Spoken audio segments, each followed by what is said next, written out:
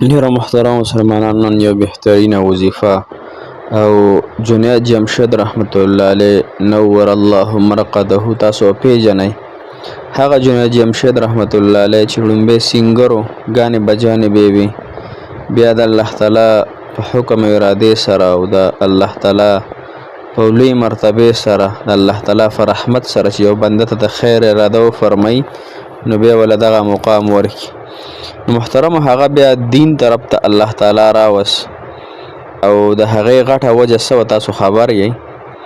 د هغې غټه وجه محترم وګوره، د انسان په زړه کې چې کله د الله د دین دپاره د الله تعالی د نیکو خلکو لږ محبت وي که نه، نو الله تعالی د انسان ته به یې لارې کولوي. که یو سړی ډېر هم بد عمله وي، خو چې دی د نیکانو سره محبت ساتي او د الله تعالی چې کومې نیکې لارې دي فی سبیل الله په هغې کې هره لارې سره د محبت ساتي، نو الله تعالی د انسان ته به لارې سموي.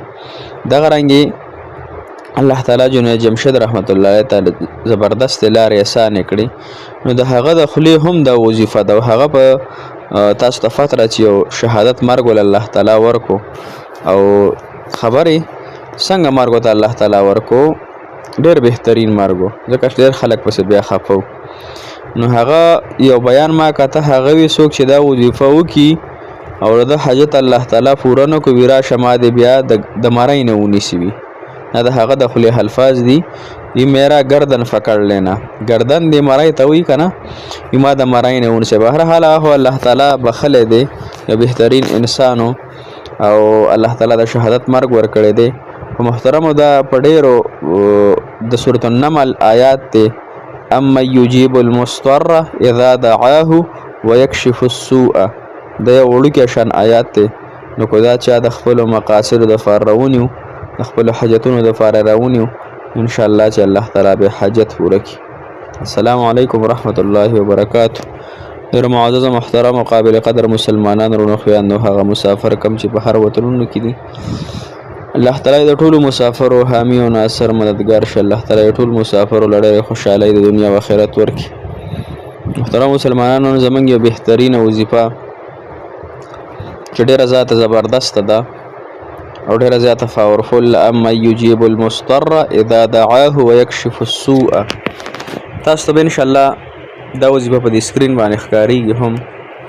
دا وظیفه چې چا د خپل حاجت دپاره وکړه، کم جایز مراد دی، جایز حاجت دی، که د نکاح وي، که د محبت وي، که د حلال رفو وي، که د حلال کور وي، که د اولاد وي، څومره چې وي محترمو د هر انسان خپل خپل حاجت وي، هغه به سره انشاءالله الله جل شانه ستاسو پوره کړي. ځکه پوره کولو والا ذات څوک دی؟ صرف د الله جل شانه ذات دی. حاجت روا څوک دی؟ صرف الله دی. مشکل کشا څوک دی؟ صرف الله دی. تکلیف لره کولو والا څوک دی؟ صرف الله دی. بیماری راوستلو والا څوک دی؟ صرف الله دی.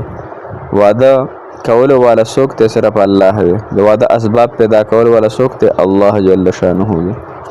محترمو، د الله تعالی سره چې تعلق برابر کو، د الله تعالی په محبت کې چې خپل خواهشات پرېښودل، د ټولو کارونه به الله تعالی سموي. که تاسو 1,50,000 کروڑه وظیفې هم کوئ، ګناهونه تاسو دې سره کوئ، د الله تعالی نافرماني کوئ، نو ګوره ستاسو حاجت نه پوره کوي. وظیفې مه کوئ، بیا وظیفې مه کوئ چې سم خوښه یې هغه کوئ. څوک چې زما د الله تعالی حاجت پوره کړي، هغه د ټول ګناهونه پرېږدي، ټول د ا نه واله تر زړه پورې، د الف نه واله تر ی پورې څومره ګناهونه دي، نامحرمو سره خبرې دي، نامحرمو سره کتلې دي، د رشته دارانو اکثر منکرات شي، نو دا هم نامحرمه دي. بیا کوم ستا حاجت نه پوره کېدو، نو پوه شې ته د الله تعالی بزرګې، د الله تعالی بزرګه ښځه یې. که بیا هم ستا نه پوره کېدو، ځکه بیا په الله تعالی په تا امتحان دی. صحیح شوه؟ د ټول ګناهونه یو سیټ ته کړو، په ټوکرۍ کې بند کړو، خپل حاجتو دپاره الله تعالی نه غواړو. نو دا وظیفه محترم مسلمانانو تاسو سل کاره ته وایي، اما یجیب المضطر اذا دعاه ویکشف السوء. دا به تاسو سل پیرې وایي. د ماسخوتن د مونځ نه پس به یې وایي، روزانه د ماسخوتن د مونځ نه پس سل پیرې، اما یجیب المضطر اذا دعاه ویکشف السوء.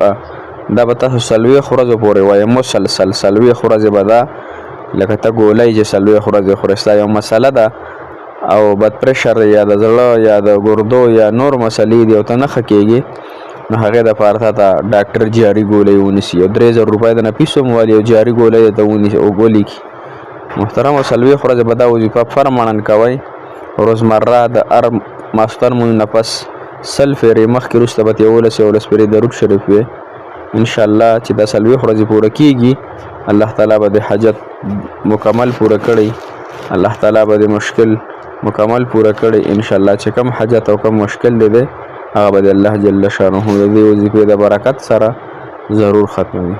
موږ هم په خپلو ډېرو دعاګانو کې یاد ساتئ. موږ تاسو ته ډېرې دعاګانې کوو. جزاک الله خیر، احسن الجزا.